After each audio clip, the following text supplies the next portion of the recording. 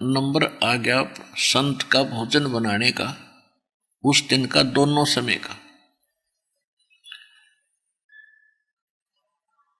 तो उस बहन ने खीर बनानी चाहिए तो देखा दूध खराब हो गया।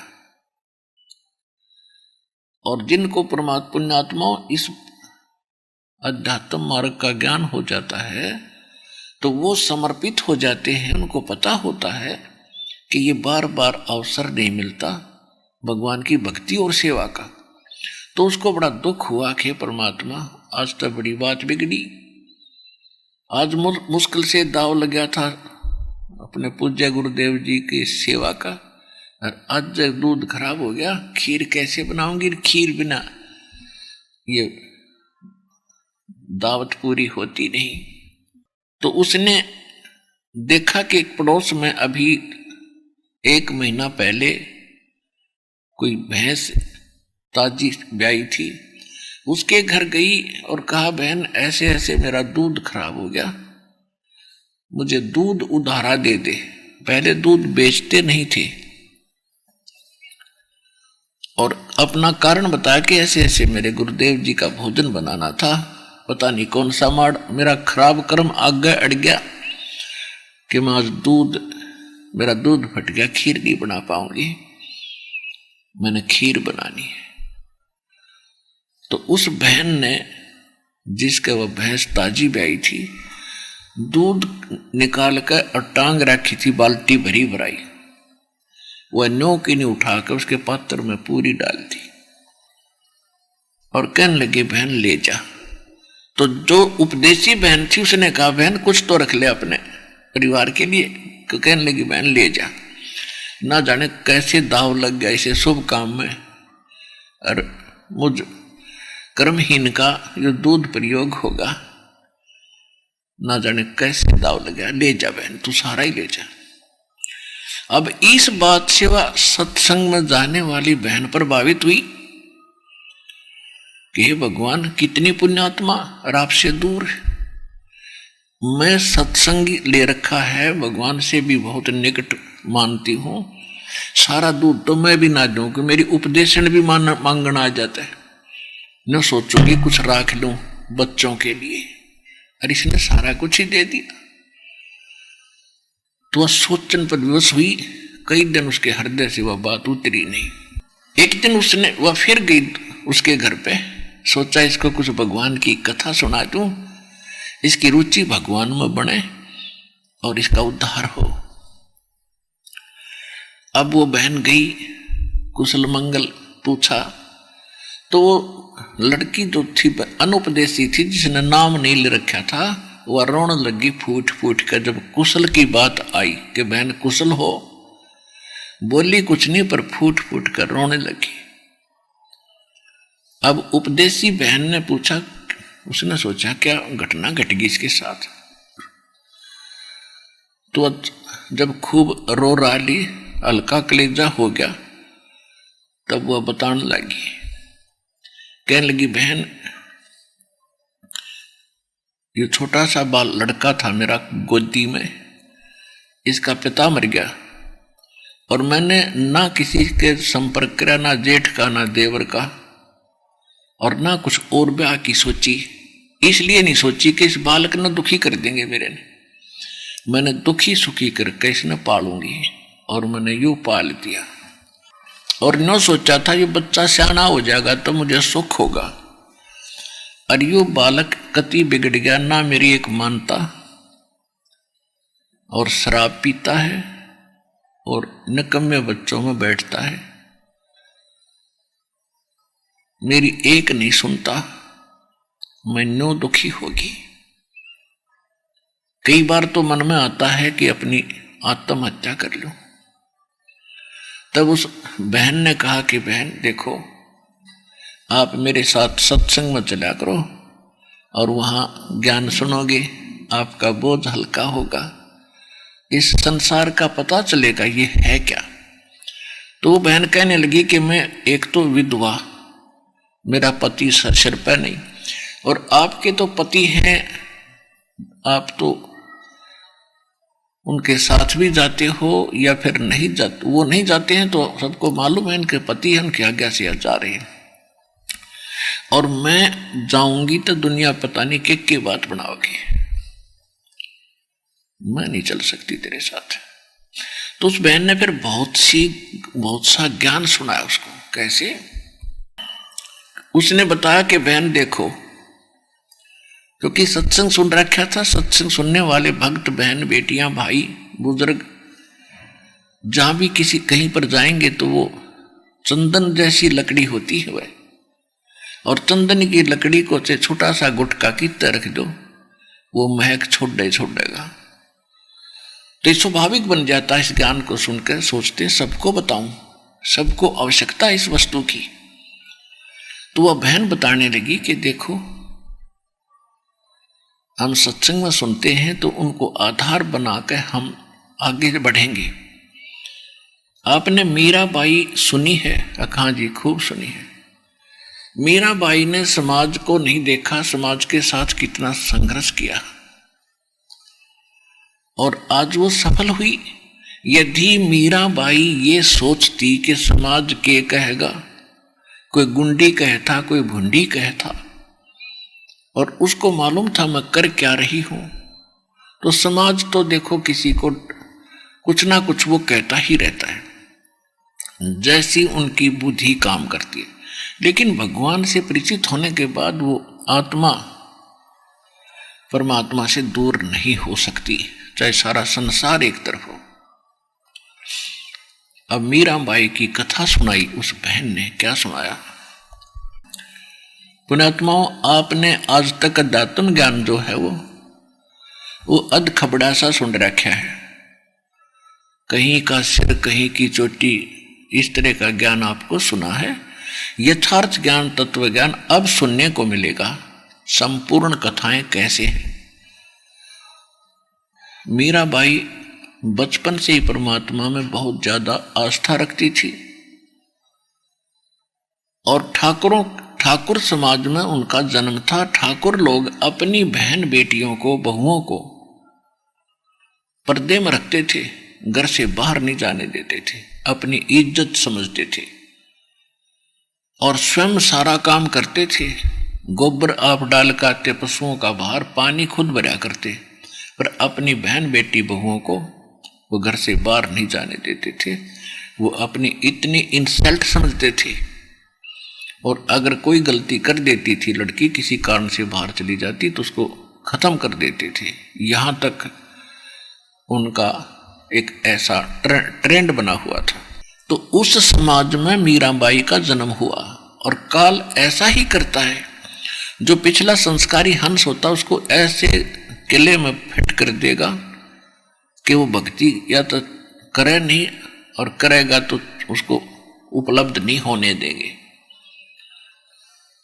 तो मीराबाई की माता बहुत धार्मिक थी और घर पे ही अपने श्री कृष्ण जी की वह पूजा करा करती थी। और मीराबाई ने बचपन से ही, जैसा भी सुनते हैं, तो उसी में आस्था बन गई, श्री कृष्ण जी को अपना मालिक मान लिया।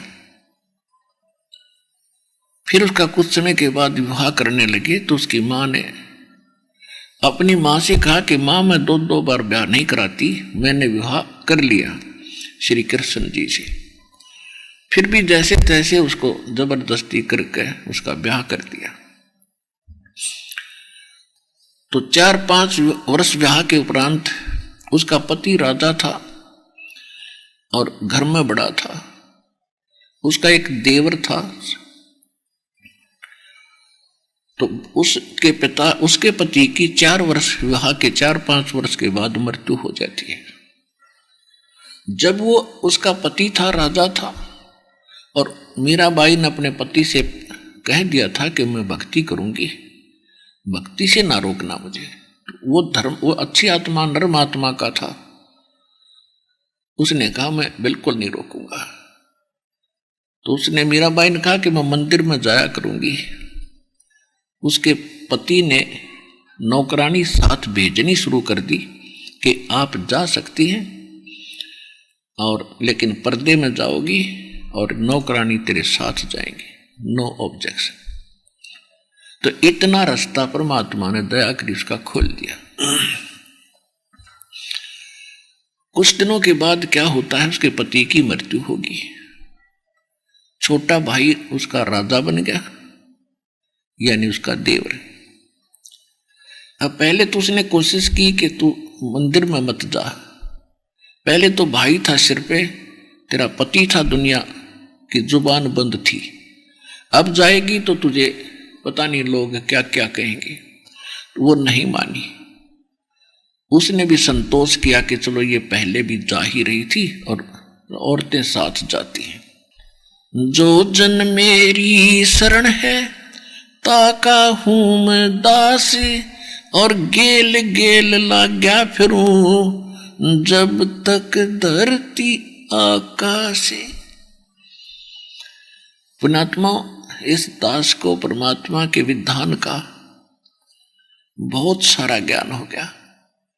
कंप्लीट तो नहीं कह सकते क्योंकि कंप्लीट तो भगवान ही जानते हैं, फिर भी इस दास को इतना ज्ञान अवश्य दे दिया है कि आपका काम खूब चला दूंगा और सही रास्ता बता दूंगा। अब जो भक्ति का समय अब है, ये कंप्लीट कोर्स यानी पूर्ण संपूर्ण साधना आपको प्राप्त होगी, हो चुकी है और हो रही है। योग्य होते जाओगे सभी साधनाएं आपको प्राप्त होती चली जाएगी। और जिन्होंने मर्यादा निभाई अंतिम सांस तक, तो वो सीधे सतलोक जाएंगे आपके, और फिर कभी मृत्यु नहीं होगी। आपके बच्चे भी फिर आपके साथ साथ वही आकर ये परिवार ज्यों का त्यों वहां रूप धारण कर लेगा। वहां वृद्ध अवस्था नहीं और मृत्यु नहीं और कोई काम नहीं, कोई अभाव नहीं किसी वस्तु का। ये हजारों वर्षों तक चलेगा। उसके बाद फिर इसमें बहुत त्रुटियां आएंगी। और उस समय जो किसी ने 2 वर्ष, किसी ने 4 वर्ष, किसी ने 10 वर्ष भक्ति कर ली और वो सतलोक नहीं गए, तो वही आत्माएं फिर भटकती रहेंगी। कभी ऊपर जाएंगी स्वर्ग लोक में, कभी ब्रह्मलोक में, कभी पृथ्वी पर राजा बनेगी, कभी रानी बनेगी। और अपने पुण्यों को जो इस सत भक्ति से इकट्ठी हुई थी आपकी पूंजी, उसने हजारों युगों तक न्यू नाश करेगी। उन्हीं आत्माओं में से ये मीराबाई थी जो पिछले उस प्राइम टाइम में बिचल गई। और परमात्मा कहते हैं जो एक बार मेरी शरण में आ गया उसने पार करके छोड़ दूंगा, समय कितना लग जाएगा। तो एक दिन मीराबाई जिस मंदिर में जाती थी उसके रास्ते में किसी एक भगत, गरीब सा भगत था, झोंपड़ी थी, आगे काफी वृक्ष बगीचा सा था, वैसे गांव साजला। उस बगीचे से में परमात्मा कबीर जी और रविदास जी ये दोनों वहां सत्संग कर रहे। और मीराबाई देखो, भगत में एक गुण न्यारा होता है कि साधु संत या परमात्मा की चर्चा कहीं हो रही हो, वो दिखाई दे जा तो सबता आकर्षित होती है। मीराबाई मंदिर से होकर के वापस आ रही थी, तब तक सत्संग शुरू हो चुका था। तो उसने सोचा 2 मिनट, घंटा, आध घंटा महापुरुषों की वाणी सुनती हूं, परमात्मा की चर्चा चल रही है। वो वहां जाकर बैठ गई। और परमेश्वर कबीर जी को तो मालूम था, कहते गोता मारू स्वर्ग में जा बैठूं पाताल, गरीब दास ढूंढता फिरूं अपने हीरे मोती लाल। तो परमात्मा उस हीरे को खोज रहा था, उसको ग्रहण करना था मीराबाई को। मीराबाई वहां पहुंची, वो कृष्ण की, श्री राम की यानी श्री विष्णु जी की पुजारिन थी। परमात्मा बता रहे थे कि तीनों देवता ब्रह्मा विष्णु महेश नासवान हैं, इनकी जन्म मृत्यु होती है। 3 देव की जो करते भक्ति, उनकी कदे ना होवे मुक्ति। अपने आत्माओं पहली बार हमने भी ये बात सुनी थी तो चक्कर काट गया दिमाग कि कहते यू महात्मा पागल है, इसने अकल नहीं कती भी। बिना सिर पैर की बात कह रहा है कि विष्णु राम और ये नासवान है, इनकी भक्ति ठीक नहीं। तो मीराबाई का उथल पुथल होगी, लेकिन श्रद्धालु बगावत नहीं करते, दुख कितना ही हो। वो सुनती रही सत्संग के बाद करबद्ध होकर कहा कि महाराज जी, आपने जो यह बात कही मुझे बड़ा दुख हुआ।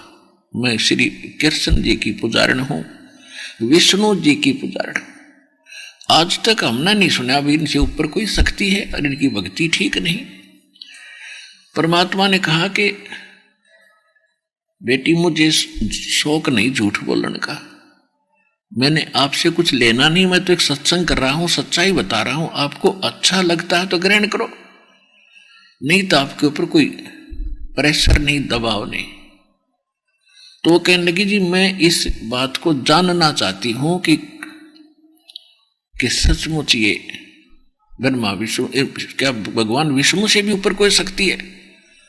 श्री कृष्ण जी तो मेरे साथ कई बार तो प्रत्यक्ष आकर बातें करते हैं।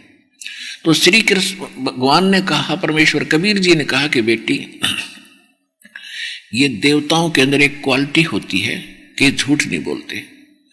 तो अगर अब कह तेरा दाव लगे, श्री कृष्ण जी तेरे तो बात करे, या अवश्य प्रश्न पूछना कि क्या आपसे भी ऊपर कोई शक्ति है? अब उसका तरफ लगी कति कसुती और लगी फिर हृदय से पुकार करने श्री कृष्ण जी की। श्री कृष्ण जी प्रकट हुए और मीराबाई ने कहा कि महाराज, मैंने आज संतों से कुछ ऐसी अटपटी सी बात सुनी जो मेरे गले उतर नहीं रही, आप निर्णय करो। उन्होंने कहा कि आपसे ऊपर भी कोई परम शक्ति है। श्री कृष्ण जी ने कहा कि मीरा, वो शक्ति परम है, लेकिन वो प्राप्त नहीं होती। हमने खूब समाधि लाला देख ली, वो मिल नहीं सकती। तो मीराबाई को इतना तो क्लियर हो गया कि इनसे ऊपर है कोई शक्ति। और महात्मा न्यू कह रहे थे, हम ऐसा मंत्र देंगे आपको 100% गारंटी देते हैं भगवान मिलेगा। तो जब बस सत्साहिब कर दी श्री कृष्ण जी थे मीराबाई ने, सूक्ष्म वेद में कहा कि एक के चोट सिधारिया जिन मिलन दाचा, एक का चोट बतेरी जिन भगवान चाहिए। अटपट की क्या जरूरत थी जब खुद स्वीकार कर लिया स्वयं मीराबाई। रात काटनी मुश्किल होगी उसने, और सुबह मंदिर तो गई, भूल सीधी बगीचे में गई। और 1 हफ्ते का सत्संग मालिक ने जान कर रख रखा था। तो जाती चरणों में गिर गई कबीर भगवान के, कहने लगी, महाराज मेरा कल्याण कर दो। मतलब घड़ी भूल में सोऊं थी। परमात्मा ने सभी श्रोताओं के सामने पूछा, बेटी सच्ची बात बता, क्या बात हुई?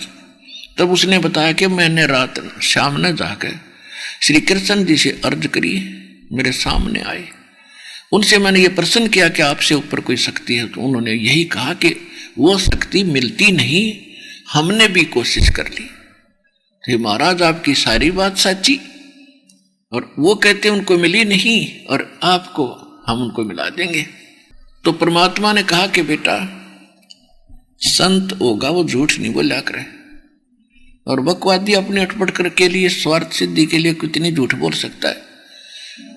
तो हम उस परम शक्ति को, जो श्री कृष्ण और सबसे ऊपर जो परम शक्ति है, उसका एक ऐसा मंत्र देंगे, वो सहज में मिल जाएगा आपको भक्ति करते करते। और बहुत आसान भक्ति है उसके पाने की, ना घर त्यागना, ना कोई अन्य कोई लटोटर करना, बाह्य आडंबर की आवश्यकता नहीं, मोक्ष मंत्र से होता है। तो चरणों में गिर गई, भगवान मैंने मोक्ष भक्ति नाम दे दो। अब परमात्मा को ये दिखाना देखना था, उसका टेस्ट करना था, उसकी परीक्षा करनी थी कि यह भगत है। भगत के अंदर जाति अभिमान, पद अभिमान, किसी भी प्रकार का अहंकार अगर है तो भक्ति नहीं कर सकता। सबसे पहले संत उसके उस अभिमान अहंकार का नाश करते हैं, जो भक्ति नाशक बाधक है।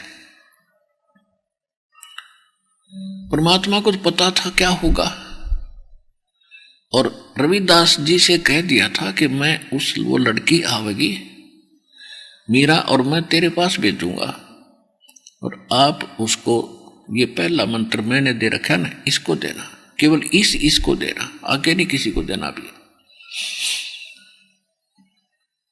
तो कबीर साहब जब वो लड़की आई तो कबीर साहब ने कहा बेटा जाओ, वो भक्त बैठा महात्मा, वो आपको दीक्षा देगा, मैंने उसको आदेश दे रखे हैं। अब जब मीराबाई वहां पहुंची और उनसे प्रणाम किया कि महाराज जी मुझे दीक्षा दे दो, सामने बैठे थे थोड़ी दूरी पर, तो रविदास जी ने कहा कि बहन दीक्षा तो गुरुजी देते हैं, वही दिया करते हैं, कि उन्होंने ही तो कहा है।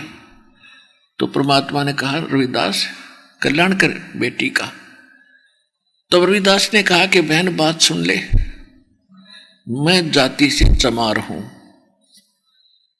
और आप ठाकरों की बेटी हो, देखो समाज तुझे बहुत कुछ बुरा भला कहेगा, और बहन गुरु के प्रति अगर फिर तेरी आस्थाहीन होगी, आपके मन में दोष आ गया तो भक्ति नष्ट हो जाएगी, गुरु और शिष्य का नाता समाप्त हो जाएगा, आप सोच समझ लो। तो मीराबाई ने कहा कि भाड़ में पड़ो यो संसार, आप मेरे पिता, मैं आपकी बेटी, भगवान मैंने नाम दे दो, मुझे दीक्षा दो, मेरा कल्याण करो। मैं जिस वस्तु के लिए तरफ रही हूं वो मुझे मिलने जा रही है, तो मैं संसार नहीं देखूंगी। तो मीराबाई को रविदास जी ने दीक्षा दे दी। वो सत्संग सुनने आती रही, फिर सत्संग समाप्त हुआ, संत चले गए। कुछ दिनों के बाद वो फिर आए। उस समय खेतों में काम का समय था, तो रात्रि में सत्संग कराया करते कि दिन में काम करो, घर के भी प्रसन्न रहेंगे, नहीं तो तुम्हें आने नहीं देंगे। दिन में अपना खेतों का काम करो, मजदूरी करो, किसानी करो, और रात में अपने नींद के समय में से भगवान का ज्ञान सुनो। तो फिर वो 1 हफ्ते का 10 दिन का रात का सत्संग रख दिया। अब मीराबाई रात को जान लगी। अब इस बात का उसके देवर राजा को बड़ा दुख हुआ कि अभी पहले तो दिन में जाया करती मंदिर में, अब रात ने जावा सत्संग में, या तो बात बिगाड़ेगी, इज्जत का नाश करेगी, और कित मुंह दिखावाएंगे, कहाँ मुंह दिखाएंगे, कहीं गड़बड़ होगी तय। तो उसने क्या सोचा कि इसको मार देता हूं, और ऐसे ढंग से मारूं कि लोगों को पता भी ना चले। तो उसने क्या तरीका अपनाया, उसने अपने लड़के का जन्मदिन मनाना चाहा और उसमें सभी रिश्तेदारों को इकट्ठा किया। उधर से एक सपेरे से कहा कि कैसा सर्प ला दे कि डंक मारते मृत्यु हो जाए। राजा का आदेश, उस सपेरे ने ऐसा ही ला के दे दिया, ऐसा सर्प ला दिया और दिखा दिया उस राजा को एकांत कोठड़ी में कि एक बार इसको खुलते ही और सीधा माथे में डंक मारता ही है, जिसका कोई ट्रीटमेंट नहीं। राजा ने उसको मुंह मांगे पैसे दे दिए और उसको एक आभूषणों के डिब्बे में बंद करके, गहनों के डिब्बे में बांदी को दे दिया और कहा कि मीराबाई को दे के आजा और कह देना आज इस हार को पहन, इसमें एक हार है बहुत कीमती, इसको पहन लेगी और आज मेरे लड़के का जन्मदिन है और बहुत से रिश्तेदार आएंगे, मेरी बेइज्जती ना करवाना, नहीं तन्यों कहेंगे भाई मर गया। उसकी उसकी वधू को, उसकी पत्नी को ये ढंग से नहीं उड़ाता पराता, ये अवश्य पहनना पड़ेगा आज तूने। नहीं तो मीराबाई कोई हार श्रृंगार के आसपास भी नहीं रहती थी, सिंपल वेशभूषा में अपना टाइम पास कर रही थी। तो मीराबाई ने सोचा वह रख के, मीराबाई वह रख के चलेगी रानी बांदी। तो उसने सोची कि मेरे लिए तो मिट्टी है, हार है तो मिट्टी है, ना पैरूंगी तो 36 बात बनाओगा, इसने गाल डाल लेती हूँ थोड़ी देर गले में। ना धो कपड़ा उसने कपड़े पहन के वो खोला डिब्बा, उस सर्प का हार बन गया। उस विषैले सर्प का एक बहुकीमती हार बन गया, गले का आभूषण बन गया, और उसने वो डाल लिया। अब उस राजा ने सोची थी कि वह मर्गी होगी और सर्प वहीं घूम रहा होगा, और सबको कह दूंगा कि इसको सर्प ने डस लिया, सर्प ने डस लिया। मर्गी सबके सामने गवाही हो जाएगी कि सर्प ने डसने से मर्गी। अब वो गया, जाकर के देखा उसने कि वो हार पहने बैठी और वो डिब्बा वहीं रखा खाली। तो वो क्या कहता है कि ए नीच आत्मा, इतना कीमती हार तू कहां से लाई? मुझे पता था तू रात को कैसे जाती है, किस लिए जाती है, तो इन्हीं कर्मों के लिए जाती थी। तेरी गर्दन काटूंगा, अब सब रिश्तेदारों को बुलाता हूं, तू कहां से लाई? तो उसने कहा जी आपने भेजा था, आप मुझे जीने देते ना मरने देते हो। आपने अभी इस नौकरानी के हाथ भेजा था कि पहन ले, मैंने यो पहन लिया। वह नौकरानी बुलाई कि यही डिब्बा था? कहा यही था जी, मैं यही रख के गई थी। वह बोली और कोई डिब्बा नहीं मेरे पास, देख लो मैं कभी पहनती नहीं हार। तो उसका तो कलेजा पकड़ा गया उस राजा का कि बड़ी अनहोनी हुई भैया, या तो नाम रहा इज्जत का गाहक, इज्जत की गाहक बनेगी। वो तो हो गया उनका समागम जो होना था। उसने फिर उस पहले से कहा कि भाई नो करे, एक विष ला के दे दे मुझे, ऐसा विष हो कि पिंडे मर जा। उसने ऐसा विष ला के दे दिया और उसका खूब टेस्ट करा दिया। एक छोटे से जानवर पर डालते ही मर गया। जीव पर रखते ही 10 मिनट के बाद जीव नहीं रहेगा। तो उसने सोचा या ऊंता मरती ना, और आज इसको मैं जबरदस्ती विष पिलाऊंगा और कह देंगे या आप पे पी कर मरेगी। वो विष ले गया हाथ में, एक हाथ में तलवार है, और कहने लगा मीरा या तो इस विष ने पी ले ना तेरी गर्दन काटूंगा। मीरा बाई ने सोची गर्दन में तो दर्द होगा, विष ने पी लो, मारत यू गाई। तो उसने वो विष उसके सामने पी लिया। वो 10 मिनट खड़ा रहा, 1 घंटा खड़ा रहा, 2 घंटे खड़ा रहा, वह ठीक ठाक बैठी।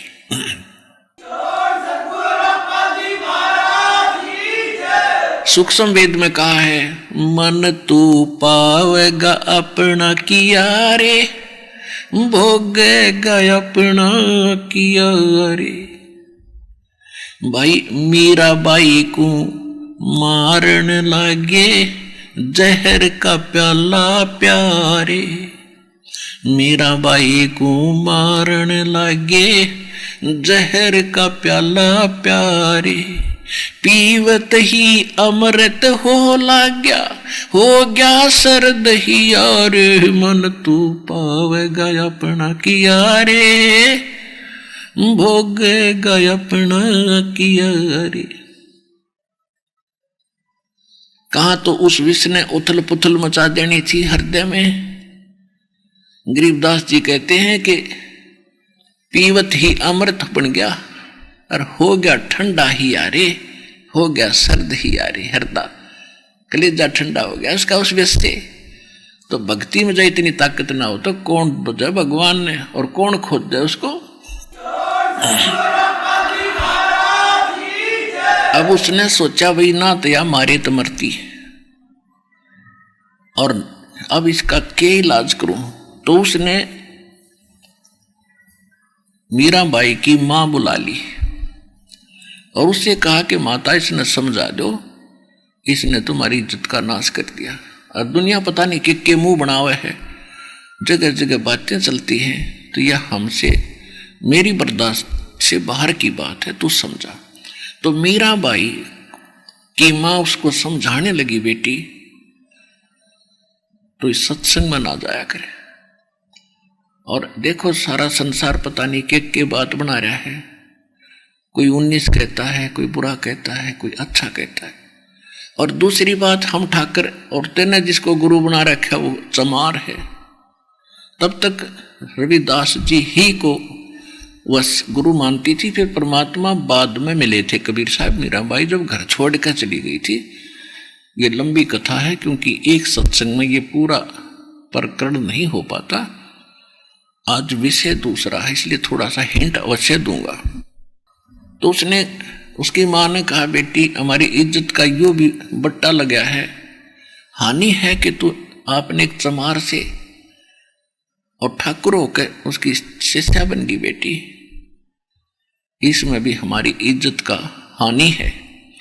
तो मीराबाई कहती है कि माता अब ये शिक्षा मेरा लागा को नहीं, मैं समझ चुकी हूं भगवान को, मैं जान चुकी हूं मालिक को, और इस संसार से भी परिचित हो चुकी हूं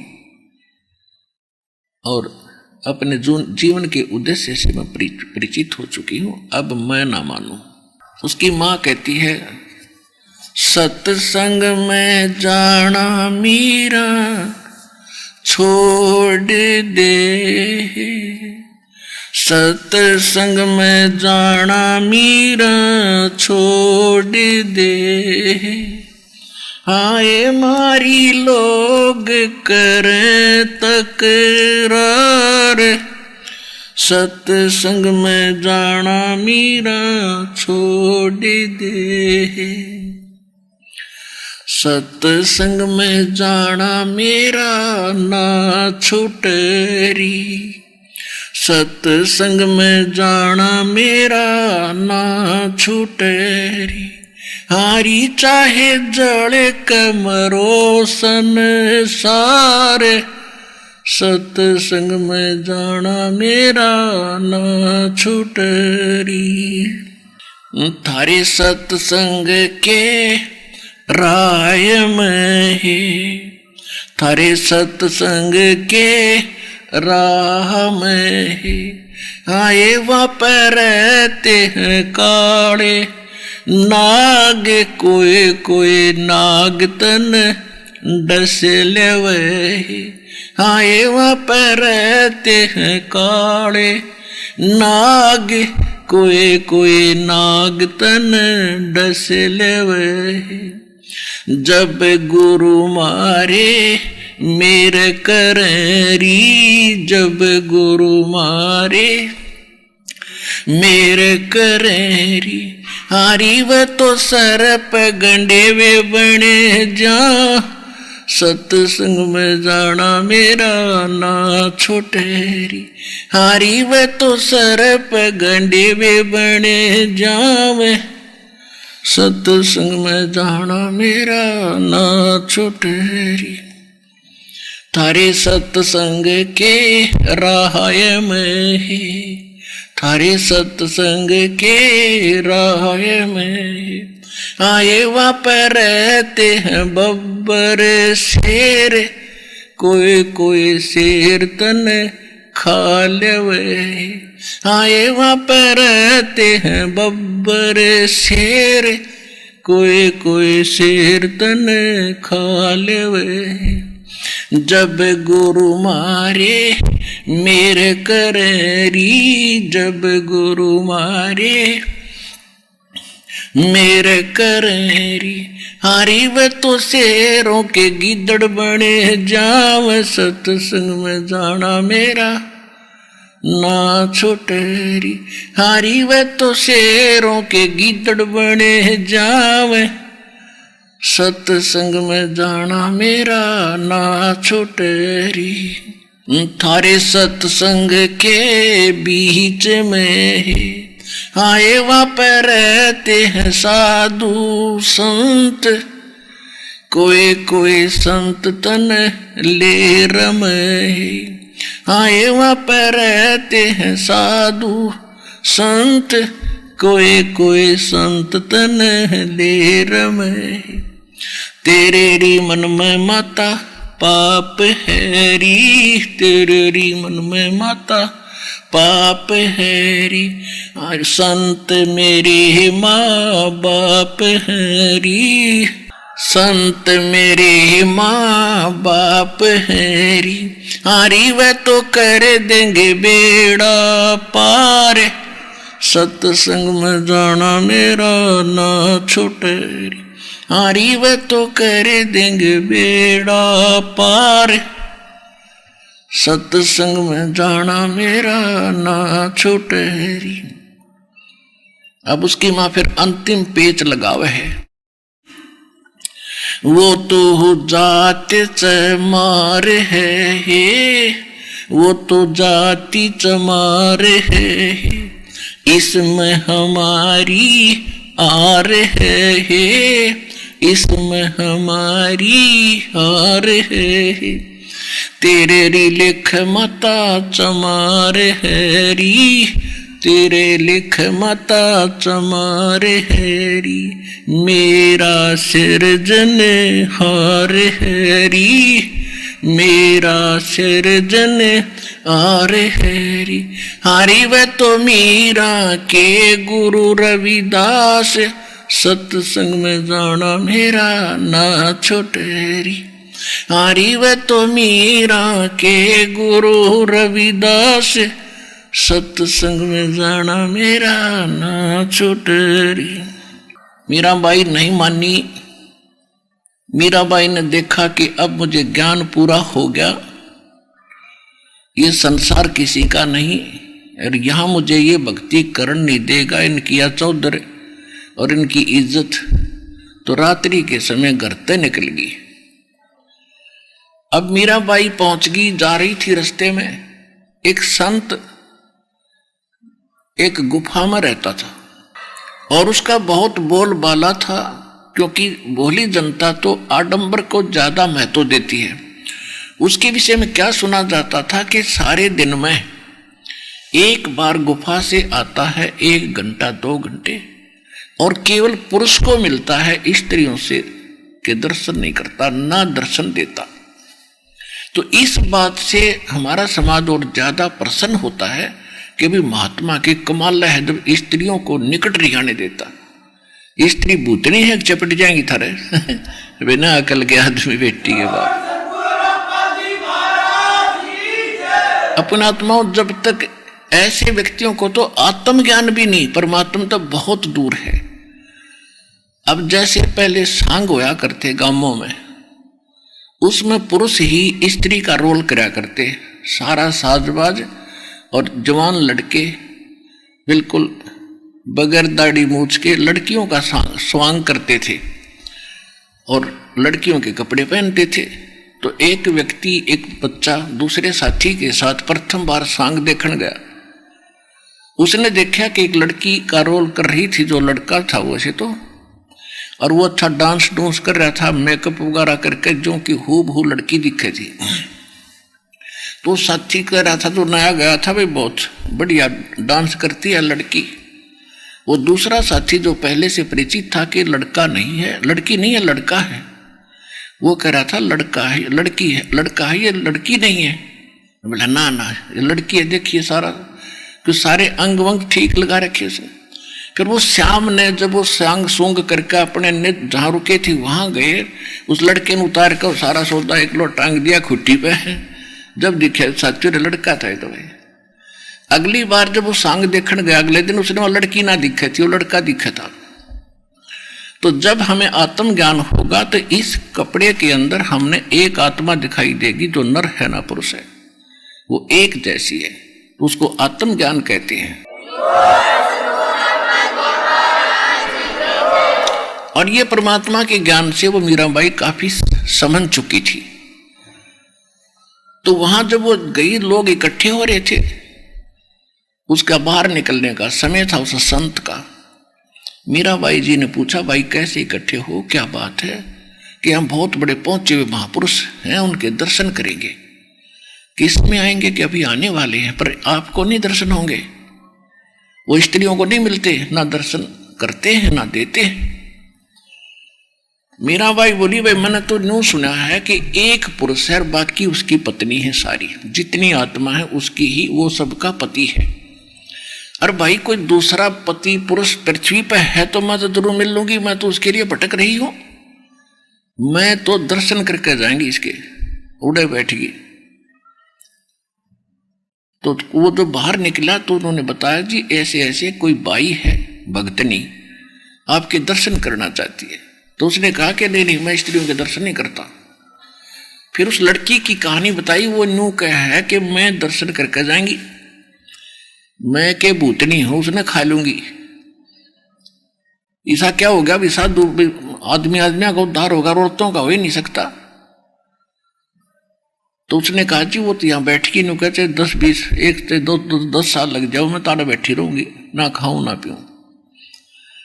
उसने सोची भाई चल बोला डगा ही से नाड़े थे। तो कहने लगी, पर मीराबाई ने उसको आंखें खोली उस मूर्ख की। कहने लगी आप पुरुष हो और स्त्री और पुरुष में आप भेद समझते हो तो आपको आत्मज्ञान भी नहीं है। 1 घंटे प्रवचन किए जो सच सुन रखा था भगवान से। प्रथम तो तेरी साधना गलत, किसी सदग्रंथ में प्रमाण नहीं, किसी संत ने ऐसा नहीं किया।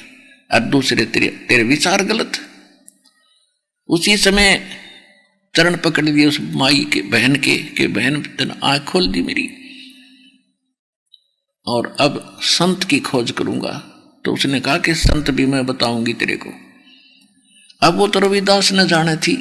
अब जब रविदास के पास वो गया, कहने लगा ना मैं तो उस बाई के लिए गुरु बताया था, असली गुरु तो वो है परमात्मा।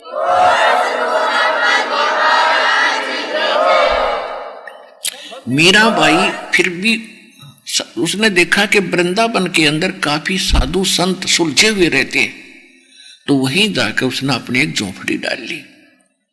फिर परमात्मा वहां पहुंचे कबीर साहब, उनको यथार्थ ज्ञान बताया, बेटी तेरे को वहां से करेड़ना था, निकालना था, और अब दूंगा तुझे सतभक्ति। जब परमात्मा ने उसको यथार्थ ज्ञान और सही भक्ति बताई, आगे के जो मंत्र थे कंप्लीट कोर्स दिया, तब मीराबाई का उद्धार हुआ। ये है रियल स्टोरी। अब क्या होता है, वो बहन ये कथा उसको सुना रही थी जिससे उसने दूध लिया था। हम फिर आते हैं उस प्रसंग पे। तो वो माई जो बहन जिसका बच्चा बिगड़ गया था, लड़का नालायक हो गया था, उसको बड़ा प्रभाव हुआ और बड़ा असर हुआ। उनके ज्ञान सुनकर कहने लगी बहन अब कोशिश करूंगी, जब मेरी बात बनेगी तो मैं चल लूंगी तेरे साथ, लेकिन जाऊंगी दिन में। तो अब बोली तू एक बार चल दर्शन तक कर ले। उसको वो लेगी, दीक्षा दिलाती, और उसको जब भी वो जाती थी बहन गुरुजी के सामने एक अर्ज करे थी कि गुरुदेव मेरा बालक बिगड़ गया, और मैंने तो उसके ऊपर अपना जीवन न्यौछावर कर रखा था कि इकलौता पुत्र है, पिता इसका मर चुका है, कि ये कुछ अपना काम संभालेगा मुझे सुख होगा, लेकिन दूना बिगड़ गया, घना दुखी कर रहा है, शराब भी पीता है, कुछ दया करो, अपने चरणों में लो इसको।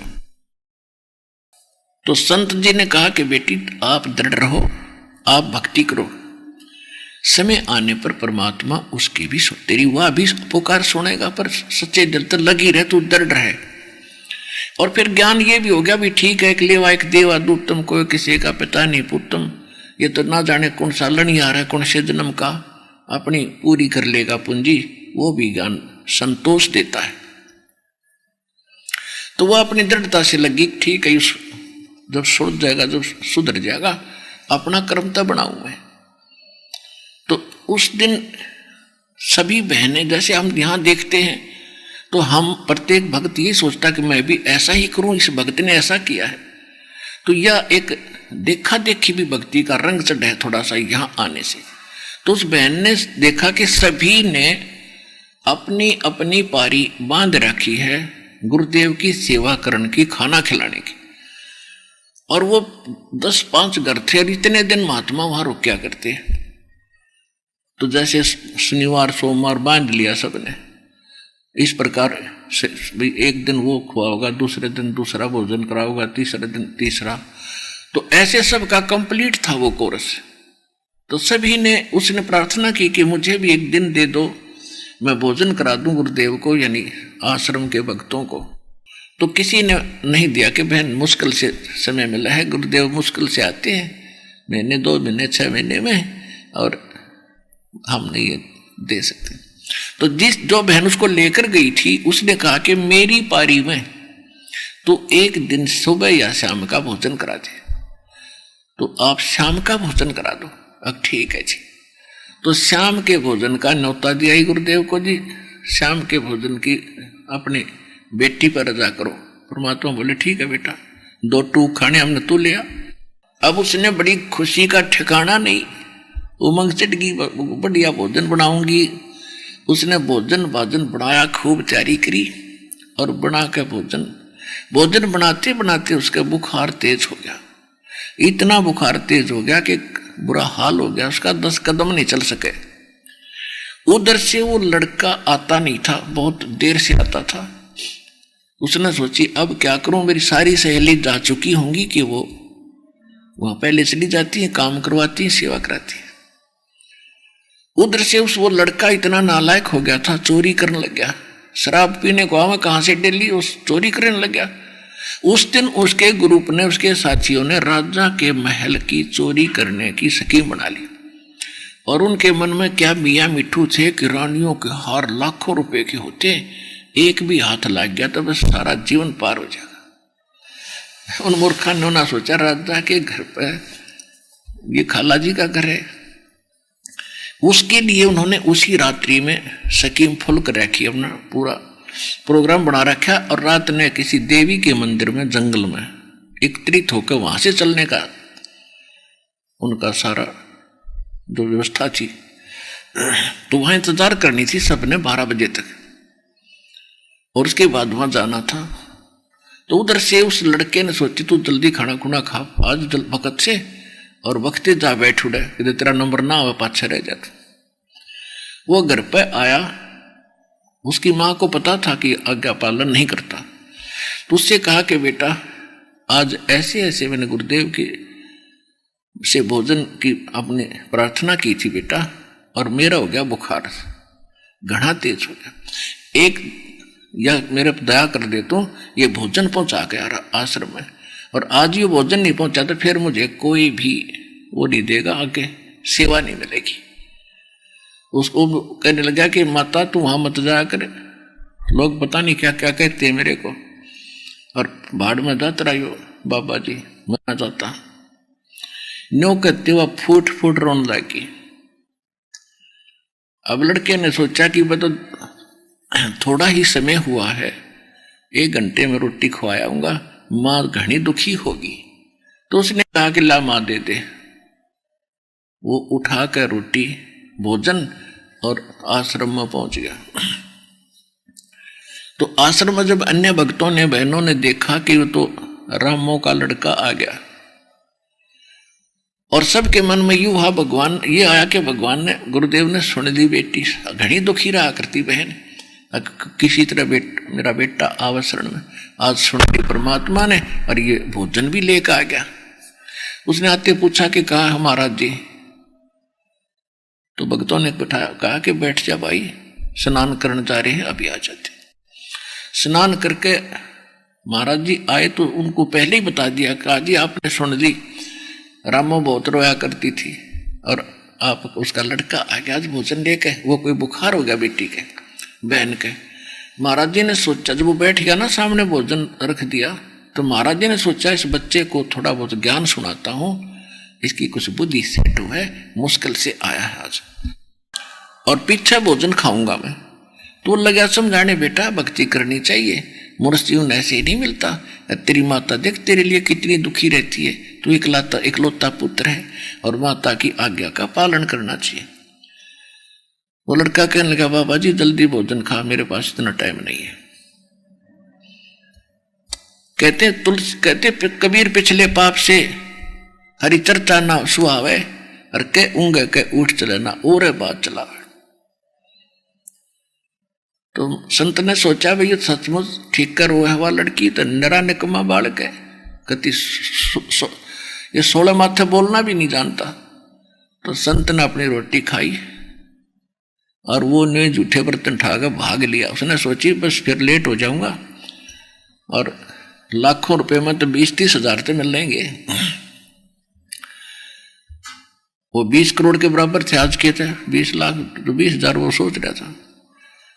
वो दौड़ा जा रहा था, रास्ते में कि इतना लंबा बबूल की किक्कर का कांटा चल गया और पूरा टूट गया पंजे में, पैर में।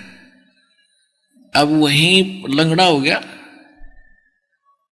पैर टेकता टेकता मुश्किल से घर पहुंचा और जाते ही उसने वह सारे बर्तन पटक कर मारे और कहा कि गया था तेरे आश्रम में गुरु जी, तेरे क्या करती गुरु जी के दर्शन कर ले, दर्शन कर ले। आधे दर्शन करे, मेरे पैर में कांटा लग गया और सपने में भी नहीं, जांच के बाद मुंह भी करके ना सो उसकी ओर। अब उसका तो घना टोटा हो गया था ना, उसने तो घना नहीं मान ली थी कि 20,000 रुपये, लाखों रुपये मिलेंगे वहां से, और वो मेरे गरीब जा नहीं सकता, भाग नहीं सकता। चोर ने तो भागण की पहला ज्यादा व्यवस्था करनी पड़ती है। अब उसकी मां ने सोचा है, भगवान देख किसा दुर्भाग्य मेरा, आज यू गया था वहां पर, आज इसका कांटा लगना था, अरे सा निकम्मा है, ना मुझे जाने दे और ना आप जावे। हे परमात्मा किसे फूटे भाग मेरे। अब उधर से वो तो पड़ के सो गया, माँ के पास दिशा ट्रीटमेंट था, फर्स्ट एड कर दी, उसका कोई तेल पानी डाल डूल का कपड़ा बांध दिया, बेटा सुबह कांटा निकलवाऊंगी। अब सुबह उठते वो कांटा निकलवा दिया। उधर से उसके साथियों ने इंतजार करी 10-20 मिनट और फालतू, कि भी नहीं आया तो कोई बात नहीं, चलो हम चलते। उन्होंने जाकर राजा के घर चोरी करने की चेष्टा की, वो पकड़ लिए। पकड़ के उनको पूरे गांव नगर के अंदर घुमाया करते थे राजा। इस उनके एक गले में टांग देते थे लिख के पंपलेट सा कि ये चोरी करता था, राजा के घर चोरी करता पकड़ा गया, आज शाम को इनको सूली तोड़ी जाएगी। सूली यानी फांसी तो गले में फंदा डाल कर तोड़ते हैं, और सूली एक ऐसा चकड़ा सा होता है, उस चकड़े के बीच में एक सुराख होता है जिसमें एक भाला सा निकलता है, और उसके चारों तरफ थे ऐसे डंडे से, उसमें उसको जकड़ दिया जाता था व्यक्ति को, और उसके ऊपर बैठा दिया जाता था, और वो उसके वजन से अपने आप वो नीचे को आता था, और वो सूली उसके नीचे से और चोटी में गए आर पार होती थी, वो भुगत भुगत का मरा करता। इसको सूली तोड़ना कहा करते थे। तो वो लड़के वो पकड़ दिए वो बालक, और उनको नगर में घुमा रहे, और एक विशेष प्रकार का बैंड बजाता हुआ आगे आगे चला करता था, ताकि लोग दुनिया बाहर खड़ी होकर देखे कि ये बाजा बजता है तो किसी की सजा है, ऐसा कोई साज बज रहा है तो उस किसी को भयंकर सजा है। तो सब देखने के लिए अपने अपने दरवाजे पर खड़े हो जाया करते थे। अब वो लड़का भी उसकी माँ भी बाहर निकले कि आज किसकी साथ आई है। अब जब वो जा रहे थे, वो लड़कों के डंडे मार मार कर पुलिस कह रही थी कि बोलो तुमने क्या गलती की। हम राजा के घर चोरी करने गए थे, कोई सुनता हो तो चोरी ना करना, आज शाम को 4 बजे हम सूली तोड़े जाएंगे, कोई सुनता हो तो चोरी ना करना। अब वो नो अपने वो गीत गाते वो तो चले गए। अब वो लड़का, उसकी माँ अपने काम लग गई अंदर जाके, अब ठीक है जिसा इन्हें भोगना चाहिए। अब उसकी माँ के जाके और सीने के लग वो लड़का बुरी तरह रोने लग गया। उसकी माँ बोली बेटा क्या हो गया, इतना तेरा कांटा भी निकलवा दिया, अब क्या पीड़ा है तेरे को। कि माँ धन है तेरे महाराज जी, और धन है तेरी भक्ति, आज तूने अपने बेटे की जान बचा दी तेरे गुरु जी ने।